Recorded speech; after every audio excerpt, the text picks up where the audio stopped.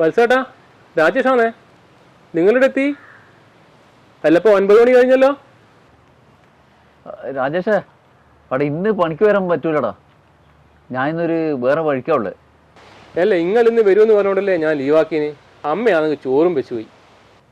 അല്ലപ്പോൾ ഞാൻ വേറെ ദൂരം വഴിക്കാ ഉള്ളത്, അതുകൊണ്ടാണ്. നമുക്ക് നാളെ സെറ്റാക്കാം.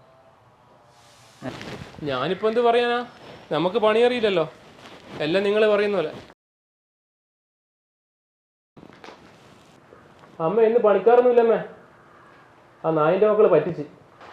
നാളെ അവർ വന്നിട്ടുണ്ടെങ്കിൽ ഇന്ന് വെച്ച ചോറിനെ ചൂടാക്കിയിട്ട് ഓൻ്റെ അണ്ണാക്കിൽ വെച്ച് കൊടുക്കണം. ഓൻ്റെ ഡിമാൻഡ് ചെയ്യണാൽ കലക്ടർ ബാക്കിൽ നിൽക്കണം. ആ മത്സരട്ടെ പറ. ആ, നമ്മളിപ്പം തന്നെ പണിക്ക് വരാട്ടാ. അതെന്തേനു? നേരത്തെ ഫോണ് വിളിച്ചു തരാൻ കട്ടാക്കാത്തത് കൊണ്ട് നിനക്ക് എന്നോടുള്ള സ്നേഹം മനസ്സിലായി. അതുമാത്രമല്ല, രാവിലെ തന്നെ പഴങ്കഞ്ഞി കുടിച്ചാൽ എനിക്ക് നെഞ്ചരിച്ചിൽ വരും.